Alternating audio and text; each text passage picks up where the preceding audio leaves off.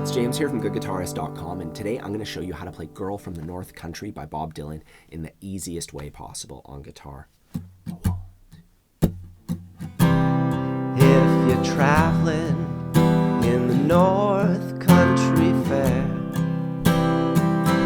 where the winds hit heavy on the borderline, remember me to one who lives there, for she once was a true love of mine.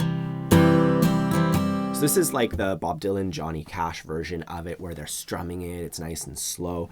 If you want to learn to do it like finger picking style,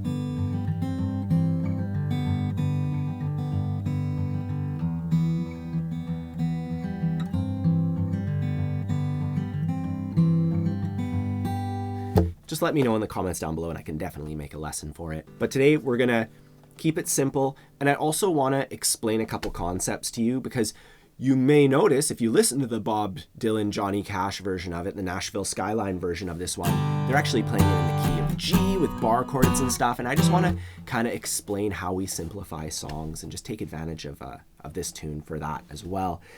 Real quick, if you enjoy learning guitar with me, please take a moment to subscribe to the channel, hit the like button. Don't forget to grab your copy of my free ebook, completely free for all my subscribers, covers all the basics of acoustic guitar. Link for that down below as well. Let's just jump right in. This song is like a 3-chord wonder. It's just the same chords in the same order the entire time. That makes it really easy to just play through an entire song, which is great. If you haven't played a full song yet, this can be your first full song. We'll get started with the chord shapes. We have C, and then we're going to switch into E minor. And I like to pivot off of my middle finger and just put my index above it. If you're not 100% familiar with the chords, that free ebook that I mentioned is like training camp for chord shapes, right? For getting them smooth and steady. From E minor, we're going to move our middle finger down to the 2nd fret of the G string. And then I'm going to add my ring and pinky. My ring finger goes on the 3rd fret of the A string, my pinky just underneath it, and then my index finger on the 1st fret of the B string. I know that's a lot of switches, a lot of stuff happening, but this is the easy version of what is otherwise a very difficult chord, the F bar chord. You know, this way sounds almost the same. And we come from E minor, we go through those steps, move your middle finger, pivot into that F chord. You want to get used to that.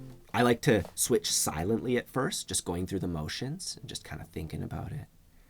You know, E minor, just do the motions over and over, and then I add some strumming. 1, switch, switch, switch, 1, just to add some rhythm to it. Now from this F chord, we're going to go back to C, and that's it. That's the last switch. And this is actually a pretty simple one. We're just going to lift our pinky finger and then move our middle finger up to the D string, still on the 2nd fret. You know, so from this easy F into C, nice straightforward switch. And I would recommend going through that downstrokes only, just going 1, 2, 3, 4, 1. Just 4 downstrokes per chord shape. 4, 1, 2, 3, 4, 1, 2, 3, 4. Over and over again. And once you can do that, downstrokes only, counting out loud, nice and steady, all we have to do is add a strumming pattern and we're playing the entire song. The strumming pattern goes like this. I'll play it slowly. 3 and 4 and.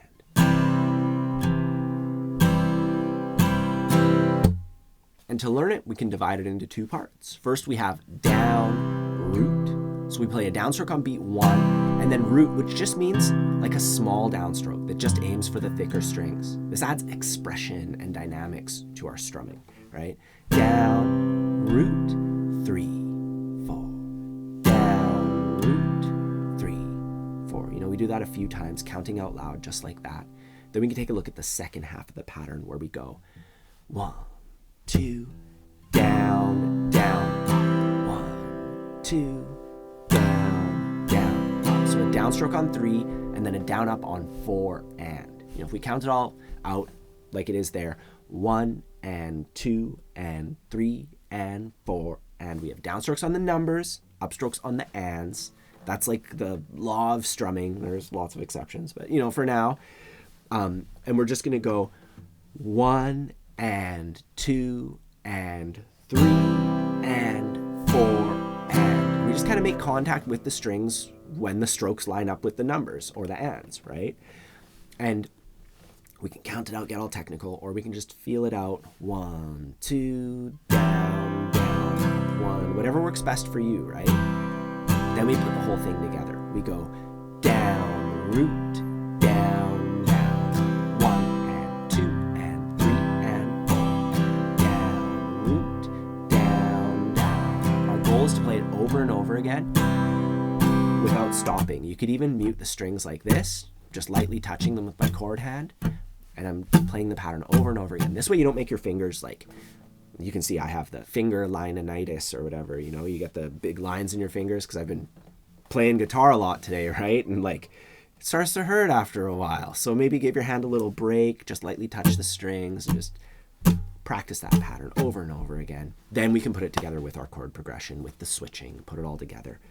3, 4. If you're traveling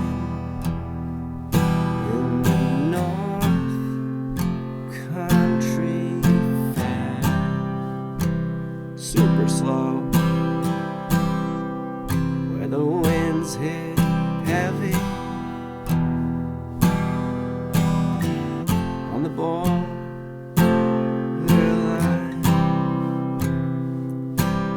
and once you're comfortable doing it slowly, you gradually speed it up. If you're traveling in the North Country Fair, the winds hit heavy on the borderline. Now, if you tried playing along with the original recording off of the Nashville Skyline album, it's not going to sound right because they're playing it like this.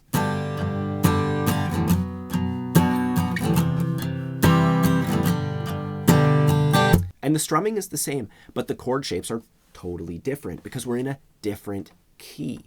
The reason why I changed keys is because you may notice that one has a B minor bar chord.